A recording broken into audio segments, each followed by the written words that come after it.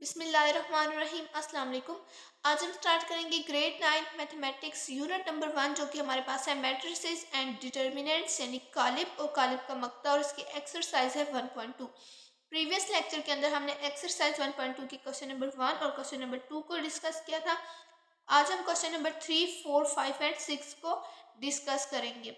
इसके अलावा previous lecture के अंदर हमने मैट्रिक्स की टाइप्स को भी डिस्कस किया था क्योंकि वो एक्सरसाइज 1.2 से ही रिलेटेड है। ठीक है, तो आज में उसको रिवाइज कर लेते हैं ताकि हम जो बाकी हमारे क्वेश्चन रह गए उनको भी सॉल्व करें। ठीक है, हमने 12 टाइप्स को डिस्कस किया था। मैं आपको इस वजह से रिवाइज करवा रही हूँ क्योंकि अभी तो हमारे 4 क्वेश्चंस रहते हैं। ठीक है, तो उनको आप लोगों ने सॉल्व करना है, तो इस वजह से आप लोग इसको दोबारा से रिवाइज एक मिनट में हो जाएगा तो आपको भूलेगा नहीं। ठीक है, सबसे पहले हमारे पास है रो मैट्रिक्स। रो मैट्रिक्स को कहते हैं कतारी कालिम। रो मैट्रिक्स हमारे पास एक ऐसा मैट्रिक्स होता है जिसमें जस्ट वन रो होती है। ठीक है, सिर्फ एक ही रो होगी। रो क्या होता है इसके बारे में मैं बता चुकी हूँ कि जब हम एंट्रीज को हॉरिजेंटली प्रेजेंट करते हैं, हॉरिजेंटली मीन के उफ़क़ी तौर पर। ठीक है, तो वो हमारे पास कहलाती है रो। और अगर हमारे पास किसी भी मैट्रिक्स के अंदर एक रो होगी तो वो हमारे पास मैट्रिक्स कहलाएगा रो मैट्रिक्स, जिस तरह आप इस एग्जांपल्स के अंदर देख सकते हैं। ठीक है, उसके बाद हमारे पास है कॉलम मैट्रिक्स कि एक मैट्रिक्स हमारे पास कॉलम मैट्रिक्स कहलाता है अगर उसके अंदर सिर्फ और सिर्फ एक ही कॉलम होगा। ठीक है, कॉलम क्या होता है कि जब हम एंट्रीज को वर्टिकली प्रेजेंट करते हैं, ठीक है, यूं वर्टिकली तौर पर, इस तरह से वर्टिकली। ठीक है, तो वो हमारे पास जब एंट्रीज को वर्टिकली प्रेजेंट करते हैं तो वो हमारे पास कॉलम कहलाता है। और अगर हमारे पास किसी भी मैट्रिक्स के अंदर एक कॉलम होगा तो वो हमारे पास कॉलम मैट्रिक्स कहलाता है, जिस तरह से आप यहाँ पर देख सकते हैं। ठीक है, नेक्स्ट हमने देखा था रेक्टेंगुलर मैट्रिक्स कि एक मैट्रिक्स हमारे पास रेक्टेंगुलर मैट्रिक्स कहलाता है कि अगर वो कंसीडर करते हैं कि हमारे पास एक मैट्रिक्स है जो कि एम है। ठीक है, अब हमारे पास एक ही मैट्रिक्स है और इसके अंदर इसके रोज और कॉलम्स की तादाद मुख्तलिफ है। ठीक है, अगर ऐसा मैट्रिक्स हमारे पास जिसके अंदर उसके रोज और कॉलम्स की तादाद मुख्तलिफ होगी तो वो मैट्रिक्स हमारे पास कहलाता है रेक्टेंगुलर मैट्रिक्स। ठीक है, इसकी हमने एग्जांपल्स भी देखी थी, उसको समझा था कि किस तरह से। आज भी थोड़ा सा इसको मजीद रिवाइज कर लेते हैं। तो देखिए यहाँ पर आप लोग देख सकते हैं इसके एग्जांपल्स हैं। ठीक है, अब यहाँ पर आप लोग एक मैट्रिक्स को देख रहे हैं। इस मैट्रिक्स में देखें तो आप इसके रोज और कॉलम्स का आपको किस तरह से पता चलेगा, हमने डिस्कस किया था कि इसके ऑर्डर से पता चल जाता है। ठीक है, वो कैसे कि जो उसका ऑर्डर होता है ना उसके अंदर उसके रोज और कॉलम्स की तादाद होती है। देखिए रोज बाय कॉलम लिखते हैं ना हम इसको, रो बाय कॉलम। ठीक है, जितनी रोज होंगी जितने कॉलम्स होंगे वो ऑर्डर के अंदर आ जाता है। ठीक है, तो अब देखते हैं कि यहाँ पर कितने रो हैं, 1 2 3, 3 बाय एंड कॉलम्स हमारे पास कितने हैं, 1 2। तो देखिए यहाँ पर 2 कॉलम्स आ गए तो 3 बाई 2। देखिए यहाँ पर अब क्या हो रहा है कि इसके कॉलम्स रोज की तादाद उसके कॉलम्स की तादाद से डिफरेंट है। तो ये मैट्रिक्स हमारे पास क्या कहलाता है, रेक्टेंगुलर मैट्रिक्स कहलाता है। उसके बाद हमने डिस्कस किया था स्क्वायर मैट्रिक्स को। ऐसा मैट्रिक्स हमारे पास स्क्वायर मैट्रिक्स कहलाता है जिसमें उसके रोज की तादाद उसके कॉलम्स की तादाद के इक्वल होगी। ठीक है, इसको भी हम ऑर्डर के जरिए ही देखते हैं। देखिए हमारे पास इस तरह से ये एक मैट्रिक्स है। अब इसको ऑर्डर देखते हैं, 1 2, 2 रोज है, 2 बाय कॉलम्स हमारे पास कितने हैं, 1 2, तो 2 बाय 2। तो अब यहाँ पर देखें कि उसके रोज और कॉलम्स की तादाद क्या है, इक्वल है। तो ऐसा मैट्रिक्स जिसमें उसके रोज और कॉलम्स की तादाद इक्वल होगी वो हमारे पास कहलाता है स्क्वायर मैट्रिक्स। ठीक है, उसके बाद हमने डिस्कस किया था नल और जीरो मैट्रिक्स के। एक मैट्रिक्स हमारे पास नल और जीरो मैट्रिक्स कहलाता है कि उसके अंदर जो उसकी तमाम एंट्रीज है ना वो हमारे पास जीरो हो। ठीक है, उसकी तमाम एंट्रीज क्या हो, जीरो हो, तो वो मैट्रिक्स हमारे पास कहलाता है नल और जीरो मैट्रिक्स। ठीक है, इसके अलावा यहाँ पर आप इसकी एग्जांपल्स देख सकते हैं। ये मैट्रिक्स है हमारे पास और इसके अंदर तमाम एंट्रीज क्या है, जीरो है। ठीक है, तो ये हमारे पास क्या है, एक नल और जीरो मैट्रिक्स है। आप लोग मजीद इसकी एग्जांपल्स देख सकते हैं। उसके बाद हमने डिस्कस किया था ट्रांसपोज ऑफ अ मैट्रिक्स कि किसी भी मैट्रिक्स का ट्रांसपोज लेना। ठीक है, तो आप किसी भी मैट्रिक्स का ट्रांसपोज कैसे लेते हो कि एक मैट्रिक्स हमें तब ऑब्टेन्ड होता है जो कि ट्रांसपोज ऑफ मैट्रिक्स कहलाता है कि जब हम उसकी रोज को जो जो उसकी एंट्रीज वर्टिकली प्रेजेंट होती हैं उसको कॉलम्स में चेंज कर देते हैं, मीन्स उसको वर्टिकली प्रेजेंट कर देते हैं। ठीक है, यानी रोज को कॉलम्स के अंदर चेंज कर देते हैं, यानी जो हॉरिजेंटली होते हैं उसको वर्टिकली ले आते हैं। ठीक है, अब इस एग्जांपल्स में आप देख सकते हैं, इसको हम डिस्कस कर चुके हैं। जिस तरह से 1 2 3 है तो इसको यूं वर्टिकली ले आएंगे, ये हमारा 2 1 0 है, इसको यूं वर्टिकली ले आएंगे। ये -1 4 -2 है, ये क्या है हॉरिजॉन्टली है, तो इसको भी यूं वर्टिकली लेकर आ जाएंगे। ठीक हो गया। उसके बाद हमने नेगेटिव ऑफ अ मैट्रिक्स की किसी भी मैट्रिक्स का नेगेटिव लेना। इसका हमने देखा था कि हम किसी भी मैट्रिक्स का नेगेटिव किस तरह से ले सकते हैं। अगर आप किसी भी मैट्रिक्स का नेगेटिव लेना चाहते हैं तो आप क्या करेंगे कि उसको नेगेटिव के साइंस के साथ मल्टीप्लाई करेंगे, तो आपके जो साइंस जब चेंज कर देंगे ना, मीन्स कि वो आपके पास जो न्यू मैट्रिक्स आएगा वो आपके पास नेगेटिव ऑफ अ मैट्रिक्स कहलाता है। अब आप साइंस किस तरह से चेंज करेंगे कि आप उसको नेगेटिव के साथ मल्टीप्लाई करवाते जाएंगे। ठीक है, नेगेटिव के साथ मल्टीप्लाई करवाते जाएंगे, वो आप किस तरह से कर सकते हैं इसको हमने डिस्कस किया था।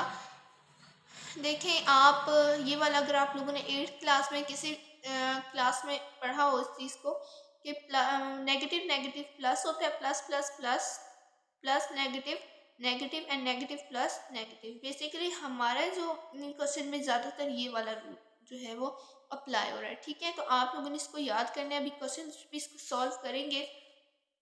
जिस तरह से मैं दोबारा से इसको थोड़ा सा समझा देती हूँ कि ए है तो इसको प्लस है, तो प्लस नेगेटिव क्या होता है, इसको भी हम देख चुके हैं कि प्लस और नेगेटिव हमारे पास होता है, प्लस और नेगेटिव को आपस में मल्टीप्लाई करेंगे तो हमारे पास आता है नेगेटिव। तो देखिए यहाँ पर नेगेटिव ए आ गया।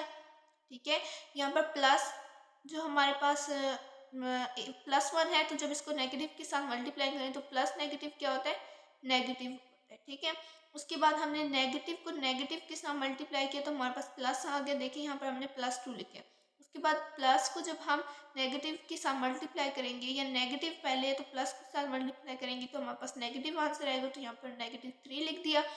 इसके अलावा यहाँ पर भी प्लस है, तो हम प्लस नेगेटिव को प्लस के साथ मल्टीप्लाई करेंगे तो हमारे पास आंसर आ जाता है -4। ठीक है, तो इस तरह से इनको सॉल्व करना है। इसको मजीद हम एक्सरसाइज के अंदर देखेंगे। नेक्स्ट हमारे पास है सिमेट्रिक मैट्रिक्स। ठीक है, कि किसी भी मैट्रिक्स का सिमेट्रिक क्या होता है।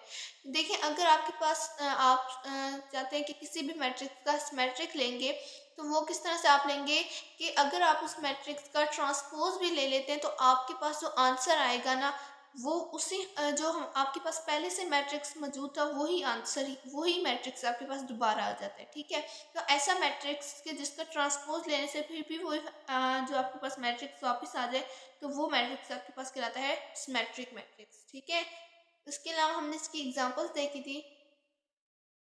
देखिए यहाँ पर डेफिनेशन के अंदर भी वही बात लिखी हुई है कि अगर आप किसी भी मैट्रिक्स का ट्रांसपोज लेते हैं तो वो इक्वल होगा किसका, कि जो आपके पास मैट्रिक्स है। देखिए A ट्रांसपोज = जो आपने मैट्रिक्स लिया हुआ था उसी के इक्वल ही आ गया। ठीक है, इसकी एग्जांपल्स देखी थी, इसको आप लोगों ने एक मतलब देखना है तो आपको समझ आ जाएगी। या अगर आपको समझ नहीं आ रही तो आप जो पहले वाला लेक्चर है उसको जो है वो देख लें तो आपको समझ आ जाएगी। ठीक है, इसके अलावा हमने देखा था स्क्यू सिमेट्रिक मैट्रिक्स की। ऐसा मैट्रिक्स हमारे पास स्क्यू सिमेट्रिक मैट्रिक्स कहलाता है कि जिसमें हम उस मैट्रिक्स का ट्रांसपोज भी लेते हैं, उस मैट्रिक्स का नेगेटिव भी लेते हैं, तो दोनों एक दूसरे के क्या आते हैं, इक्वल होते हैं, तो वो मैट्रिक्स हमारे पास कहलाता है स्क्यू सिमेट्रिक मैट्रिक्स। इसके अलावा हमने जो मजीद टाइप्स को देखा था उनमें से हमारे पास मजीद आ जाती है डायगोनल मैट्रिक्स। ठीक है, अब हमारे पास कोई भी मैट्रिक्स डायगोनल मैट्रिक्स कहलाती है कि अगर उसके डायगोनल में at least one entry is non zero. ठीक है, कि हमारे पास कोई भी मैट्रिक्स डायगोनल मैट्रिक्स कहलाता है कि अगर उसके डायगोनल, अब डायगोनल के अक्सर स्टूडेंट्स को समझ नहीं आते। डायगोनल मैट्रिक्स कहते हैं वितरी कालिब। ठीक है, तो डायगोनल किसको कहेंगे, वितर को कहेंगे। अब वितर कौन सा होता है, अक्सर स्टूडेंट समझ रहे होते हैं कि वितर होता है, जिस तरह से मैं यहाँ पर एक मैट्रिक्स को ड्रा करूँगी। यहाँ पर देखें, यहाँ पर मैं एक मैट्रिक्स को ड्रा कर रही हूँ और आपको समझाती हूँ कि जो डायगोनल क्या होता है। देखिए डायगोनल ये वाला जो होता है ना, ये गलत है। ठीक है, ये डायगोनल नहीं है। जो हमारे पास डायगोनल होता है वो क्या होता है कि first place to last place. ठीक है, इस जगह से जो आपके पास फर्स्ट जो होती है ना, उसके यहाँ इस तरह से। ठीक है, तो वो आपका कहलाता है डायगोनल मैट्रिक्स। ठीक है, जिस तरह से आप यहाँ पर देख सकते हैं। अब डायगोनल मैट्रिक्स क्या होता है कि जिसके डायगोनल में एक एंट्री, कम से कम एक एंट्री, एक रुकन गैर सिफर हो। ठीक है, तो गैर सिफर हो यानी ज़ीरो ना हो। तो देखिए अगर इस तरह से हमारे पास सिचुएशन आ जाती है कि 1 2 3 4 इस तरह से हमारे पास कोई नंबर्स आ जाते हैं, तो वो हमारे पास नेचुरल नंबर्स बेसिकली अगर मैं कहूँ तो वो हमारे पास कहलाते हैं डायगोनल मैट्रिक्स कहलाता है। ठीक है, स्केलर मैट्रिक्स है। स्केलर मैट्रिक्स भी हमारे पास एक डायगोनल मैट्रिक्स होता है। डायगोनल मैट्रिक्स हमने देखा कि जिसके डायगोनल में एक entry, at least one entry is non zero. ठीक है, तो अब ये भी कोई डायगोनल से ही रिलेटेड होगा। तो उसको देखते हैं कि हमारे पास एक स्केलर मैट्रिक्स, एक डायगोनल मैट्रिक्स होता है कि जिसके इसकी दो बातें, ठीक है, दो शर्त होती हैं। एक या तो वो नॉन ज़ीरो भी हो, और दूसरा ये कि उसकी तमाम डायगोनल की जो एंट्रीज होंगी ना वो सेम होंगी। जिस तरह से आप यहाँ पर देख सकते हैं कि इसके डायगोनल की तमाम एंट्रीज क्या है, सेम है। ठीक है, तो ये हमारे पास क्या कहलाता है, स्केलर मैट्रिक्स। उसके बाद हमने आइडेंटिटी मैट्रिक्स, जो कि हमारे पास लास्ट मैट्रिक्स है, इसको देखा था कि ये भी हमारे पास क्या है, एक डायगोनल मैट्रिक्स है, यानी इसके भी डायगोनल की ही बात हो रही है। लेकिन अगर इसको यूनिट मैट्रिक्स भी कहा जाता है। ठीक है, अब अगर इसके किसी भी मैट्रिक्स के डायगोनल में वन आ जाए तो वो हमारे पास कहलाता है आइडेंटिटी मैट्रिक्स। जिस तरह से यहाँ पर आप एग्जांपल्स को देख सकते हैं। अब अपनी एक्सरसाइज को स्टार्ट करते हैं। क्वेश्चन नंबर 3 को बुक से रीड कर लेते हैं। वो कहते हैं फ्रॉम द फॉलोइंग मैट्रिसेस, कि आपको जो मैट्रिसेस गिवन है, जो कि आपको मदरजे सेल मैट्रिसेस दिए हुए हैं, इन मैट्रिसेस में आपने आइडेंटिफाई करना है, पहचान करनी है diagonal, scalar and unit matrices. ठीक है, आपने इन मैट्रिसेस की पहचान करनी है कि ये कौन से मैट्रिसेस है। ठीक है, तो चलिए स्टार्ट करते हैं। क्वेश्चन नंबर 3 है हमारा। 2 क्वेश्चन हम ऑलरेडी कर चुके हैं। ठीक है, अब देखें यहाँ पर क्वेश्चन नंबर 3 ये वाला है। अब यहाँ पर जो हमारे पास फर्स्ट मैट्रिक्स है, इसमें को देखें कि ये हमारे पास स्केलर मैट्रिक्स है। अब मैं कैसे कह सकती हूँ कि ये मेरे पास स्केलर मैट्रिक्स है, क्योंकि इसके डायगोनल की एंट्री सेम है और नॉन ज़ीरो है, तो वो हमारे पास क्या कहलाता है, स्केलर मैट्रिक्स कहलाता है। इसके अलावा ये हमारे पास एक जो है वो एक तो ये हमारे पास स्केलर है, और एक हमारे पास डायगोनल मैट्रिक्स है। डायगोनल क्यों है कि इसके डायगोनल की तमाम एंट्रीज के हैं नॉन ज़ीरो है। उसके बाद हमारे पास जो सेकंड मैट्रिक्स है वो हमारे पास कहलाता है डायगोनल मैट्रिक्स, क्योंकि इसके डायगोनल की एंट्रीज देखिए क्या है, नॉन ज़ीरो है। उसके बाद हमारे पास सी मैट्रिक्स है। ये हमारे पास एक आइडेंटिटी मैट्रिक्स है। आइडेंटिटी क्यों है, क्योंकि इसके डायगोनल की एंट्रीज क्या है, वन है। जिसके डायगोनल की एंट्रीज वन होगी वो हमारे पास कहलाता है आइडेंटिटी मैट्रिक्स। ठीक है, और उसके बाद हमारे पास डी मैट्रिक्स। इसके अलावा ये हमारे पास एक डायगोनल मैट्रिक्स भी कहलाता है। सी क्यों, क्योंकि इसके डायगोनल की एंट्रीज क्या है, नॉन ज़ीरो है। उसके बाद इस मैट्रिक्स को देखें, ये भी हमारे पास डायगोनल मैट्रिक्स है, क्योंकि इसके डायगोनल की कम से कम at least one entry is non zero. So देखें इसकी कम से कम एक एंट्री तो नॉन ज़ीरो है, तो ये भी हमारे पास क्या है, एक डायगोनल मैट्रिक्स है। ई को देखें, ये भी हमारे पास एक स्केलर मैट्रिक्स है। क्यों, इसको मैं आपको सॉल्व करके दिखाती हूँ। आप लोग देख सकते हैं कि इसका जो डायगोनल है ना, इसमें क्या हुआ है कि तमाम एंट्री सेम है और नॉन ज़ीरो है। तो ऐसा कहाँ पर होता है, स्केलर मैट्रिक्स में होता है। तो ये क्या है, हमारे पास एक स्केलर मैट्रिक्स है और एक डायगोनल मैट्रिक्स भी है, क्योंकि इसके जो डायगोनल के एंट्रीज के हैं नॉन ज़ीरो है। उसके बाद क्वेश्चन नंबर 4 को स्टार्ट करते हैं। इसमें वो कहते हैं कि मैट्रिक्स का नेगेटिव मालूम करें। इसके लिए हमें वही चीज़ की ज़रूरत पड़ेगी जो भी मैं आप लोगों को दिखा रही थी कि नेगेटिव क्या होता है, उस चीज़ के बारे में हम इधर देखेंगे। ठीक है, तो चलिए क्वेश्चन नंबर 4 को सॉल्व करते हैं। इसका फर्स्ट हमारे पास पार्ट है a इज इक्वल्स टू 1 0 -1। ठीक है, तो अब इसका नेगेटिव कैसे लेंगे, देखिए यहाँ पर क्या है, प्लस है तो इसको नेगेटिव कर देंगे। ठीक है, तो मैं इधर लिखूंगी negative a is equals to, हमारे पास इक्वल आ जाएगा किसके, देखिए इधर प्लस है, इधर आप प्लस कंसीडर करते हैं जहाँ पर कोई साइन नहीं होता। तो प्लस और नेगेटिव के साथ जब आप उसको मल्टीप्लाई करते हैं तो आपका आंसर क्या आता है, नेगेटिव आता है। तो इधर आप लिखेंगे -1। ठीक है, इधर देखिए यहाँ पर ज़ीरो तो ज़ीरो ही रहेगा, एज इट इज़ वैसे ही लिख देंगे। और जब आप नेगेटिव को नेगेटिव के साथ मल्टीप्लाई करते हैं तो आपका आंसर क्या आता है, प्लस आता है। ठीक है, तो इधर मैं लिख दूंगी 1। ठीक है, ये देखें ये हमारे पास आ गया आंसर। इतना इजी है, क्योंकि प्रैक्टिस करेंगे तो आपको समझ आ जाएगी। ठीक है, नेक्स्ट पार्ट को सॉल्व करते हैं, जो कि हमारे पास है b इज इक्वल्स टू। अब b क्योंकि प्लस का है तो जब प्लस को नेगेटिव के साथ मल्टीप्लाई करते हैं तो नेगेटिव आंसर आता है। मैं इधर नेगेटिव b लिखूंगी इज इक्वल्स टू। अब यहाँ पर इसको फर्दर सॉल्व करते हैं। देखिए यहाँ पर जब प्लस का साइन है, जब प्लस को नेगेटिव के साथ मल्टीप्लाई करते हैं तो आंसर क्या आता है, नेगेटिव आता है। तो नेगेटिव इधर लिख देंगे 3। इसके अलावा अब नेगेटिव को जब आप नेगेटिव के साथ मल्टीप्लाई करेंगे, ठीक है, क्योंकि हर एंट्री को नेगेटिव के साथ ही मल्टीप्लाई करना है, तो जब आप नेगेटिव को नेगेटिव के साथ मल्टीप्लाई करेंगे तो आपका आंसर क्या आएगा, प्लस। तो आप इधर लिख देंगे 1, क्योंकि 1 आप प्लस लिखें भी तो कोई फर्क नहीं पड़ेगा। ठीक है, उसके बाद है प्लस, इधर प्लस कंसीडर करेंगे तो प्लस और नेगेटिव हमारे पास क्या आता है, नेगेटिव होता है। तो इधर मैं लिख दूंगी -2 और प्लस और नेगेटिव दोबारा से वही आएगा, इधर भी आ जाएगा -1। सी क्वेश्चन को सॉल्व करते हैं। सी हमारे पास प्लस क्या है तो प्लस नेगेटिव क्या हो जाते हैं, नेगेटिव हो जाते हैं। इसका negative C is equals to, ना इसको सॉल्व करते हैं। अब प्लस नेगेटिव क्या होता है, क्योंकि इधर प्लस है, प्लस नेगेटिव -2 होता है। उसके बाद प्लस नेगेटिव -6 आ जाएगा। प्लस नेगेटिव नेगेटिव प्लस भी आप कर सकते हैं, क्योंकि इधर देखिए यहाँ पर प्लस है ना, तो आपने नेगेटिव के साथ तमाम एंट्रीज को मल्टीप्लाई करना है। तो जब आप नेगेटिव के साथ मल्टीप्लाई करते हो किसको, प्लस को, तो आपका आंसर क्या आएगा। देखिए इसको मैंने मल्टीप्लाई किया, आपका आंसर क्या आ गया, नेगेटिव आ गया ना, तो इधर भी आपने नेगेटिव ही -3 और इधर आपका आ जाएगा, इधर भी प्लस है तो प्लस सॉरी -2। ठीक है, उसके बाद डी पार्ट को सॉल्व करते हैं। इसको देखते हैं, d इज इक्वल्स टू -3। इसका यहाँ पर अब प्लस है, यहाँ पर तो प्लस नेगेटिव हमारे पास क्या आता है, नेगेटिव होता है। तो यहाँ पर मैं लिख दूंगी -d is equals two plus, यहाँ सॉरी नेगेटिव होगा ना, वाई नेगेटिव के साथ मल्टीप्लाई कर रहे हैं तो नेगेटिव नेगेटिव हमारे पास क्या होता है, प्लस आता है। तो मैं इधर लिख दूंगी +3। आप जस्ट 3 भी लिख दें तो वो गलत नहीं होगा, बल्कि ज़्यादा ठीक होगा। ठीक है, और नेगेटिव को जब आपने प्लस के साथ मल्टीप्लाई करना है तो आंसर क्या आता है, नेगेटिव आता है। तो आप इधर लिख देंगे -2।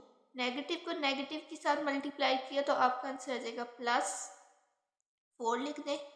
इसके अलावा आप नेगेटिव को प्लस के साथ मल्टीप्लाई करेंगे तो अगेन आपका आंसर आ जाएगा -5। ठीक है, इस तरह से हमारे ये क्वेश्चन सॉल्व हो गया।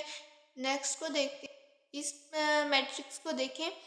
यहाँ पर हमारे पास है e is equals to e plus plus क्या है तो उसको नेगेटिव के साथ मल्टीप्लाई करेंगे तो -e इज इक्वल्स टू, अब इधर प्लस है तो प्लस को जब आप नेगेटिव के साथ मल्टीप्लाई करते हैं तो आपका आंसर आता है नेगेटिव और 1 आ जाएगा। नेगेटिव को नेगेटिव के साथ मल्टीप्लाई करेंगे तो आंसर आ जाएगा प्लस और आपका आंसर आ जाएगा 5। ठीक है, क्योंकि आप प्लस लिखे या ना लिखे कोई फर्क नहीं पड़ता।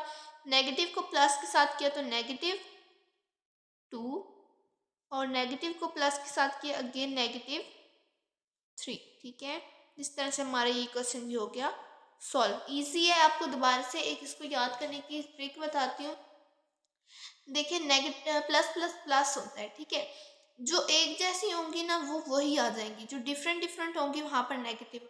इस तरह से याद कर लें। देखिए प्लस प्लस प्लस था, नेगेटिव नेगेटिव प्लस आ गया। ठीक है, जो सॉरी मैं दोबारा से बता देती हूँ कि जो एक जैसी आप बोल रहे हो ना, जिस तरह से नेगेटिव नेगेटिव और प्लस प्लस, तो उसका आंसर प्लस प्लस आएगा। जो आप डिफरेंट डिफरेंट बोल रहे हो तो उनका आंसर आ जाएगा नेगेटिव नेगेटिव। ठीक है, इस तरह से याद कर लें। नेक्स्ट हमारे पास क्वेश्चन है ट्रांसपोज लेना।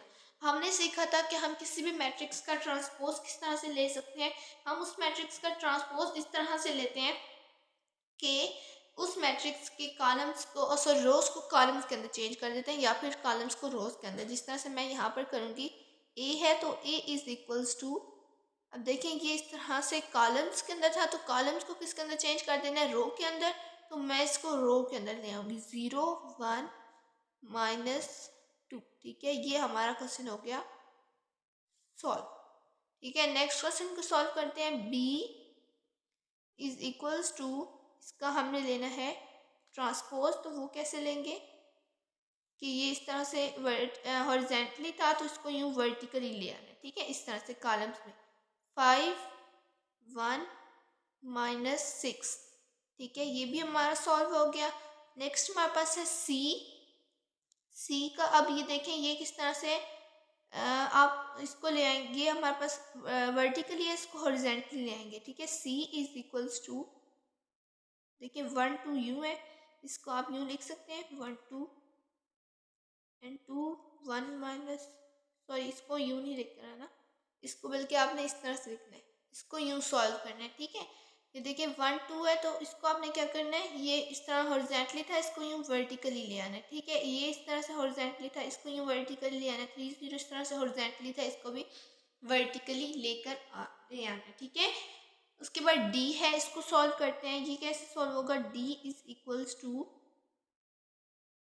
यूँ, मैं इसको लिख लेती हूँ, और 2 3 यूँ हॉरिजेंटली, इसको मैं वर्टिकली ले आऊँगी 2 3 और 0 5, ये भी हॉरिजेंटली, इसको भी वर्टिकली ले आऊँगी। ये हमारा क्वेश्चन हो गया सॉल्व, ठीक है।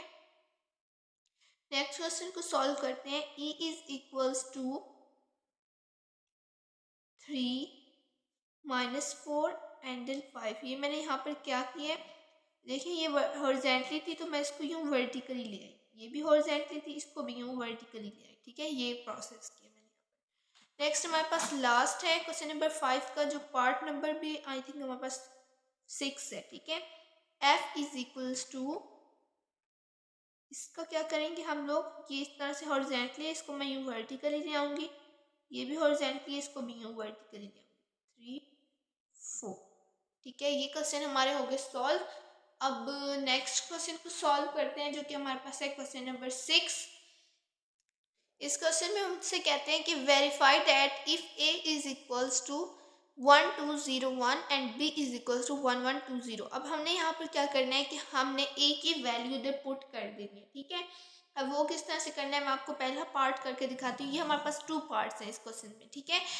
ये हमारे पास पार्ट नंबर 1 है और ये हमारे पास पार्ट नंबर है 2, ठीक है। पार्ट नंबर 1 को सॉल्व करते हैं, पार्ट नंबर 1 है, ठीक है। इसको मैं सॉल्व करती हूँ तो मैं यहाँ पर क्या करूँगी, ए की वैल्यू पुट कर दूँगी। पहले तो मैं ए की वैल्यू लिखूँगी, ए इज इक्वल्स टू, मेरे पास ए की वैल्यू क्या है आपने यहाँ से देख के लिख लेनी है 1 2 0 1, ठीक है। अब मैं क्या करूँगी, अब उन्होंने क्या किया है, ट्रांसपोज लिया हुआ है, उन्होंने क्या ए का ट्रांसपोज ले, तो मैं क्या करूँगी यहाँ पर ए का ट्रांसपोज ले लूँगी, ठीक है। A transpose is equals to, अब इसका ट्रांसपोज कैसे लेते हैं, इसके जो हॉरिजेंटली एंट्रीज हैं उसको यूँ वर्टिकली लेकर आते हैं, ठीक है। तो 1 2 इसको मैं वर्टिकली ले आई, इसको भी मैंने वर्टिकली ही ले आना है। इसका मैंने क्या किया, अब ट्रांसपोज ले लिया, ठीक है। उसके बाद उन्होंने क्या किया हुआ है कि अब आप इसका भी ट्रांसपोज लें, ए के ट्रांसपोज का भी ट्रांसपोज, ठीक है। अब मैं यहाँ पर ए के ट्रांसपोज का भी ट्रांसपोज ले लेती हूँ। ए ट्रांसपोज का ट्रांसपोज इज इक्वल्स टू, हमारे पास क्या था 1 0 2 1। इसका जब मैं ट्रांसपोज कर लूँगी, क्योंकि ये तो हमारे पास ट्रांसपोज आ गया ना, अब इसका ट्रांसपोज लेना है, इज इक्वल्स टू, अब देखिए 1 0, इसको दोबारा से इसका ट्रांसपोज लेना है तो 1 0 2 1, जो कि हमारे पास इक्वल आता है ना, देखिए ये दोबारा से ए के ही इक्वल आ गया, ठीक है। तो यही तो उन्होंने बात की हुई है कि अगर आप लोग ए के ट्रांसपोज का भी ट्रांसपोज लें तो वो फिर भी इक्वल आता है ए के, ठीक है। और देखिए हमारे प्रूव हो गया, तो हम इधर लिखेंगे हैंस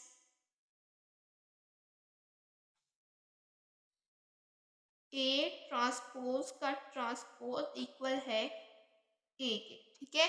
इसी तरह इसका नेक्स्ट पार्ट है जो कि हमारे पास ये है, इसको सॉल्व करते हैं। यहाँ पर भी आप लोगों ने वही काम करना है जो आपने उस क्वेश्चन में किया था। देखिए वहाँ सबसे पहले आपने वैल्यू पुट करनी होती है। जिस तरह मैंने यहाँ पर बी की वैल्यू पुट कर दी है, उसके बाद मैंने क्या किया है, उन्होंने इसका ट्रांसपोज लिया हुआ है, तो मैंने भी यहाँ पर इसका ले लिया ट्रांसपोज 1 2।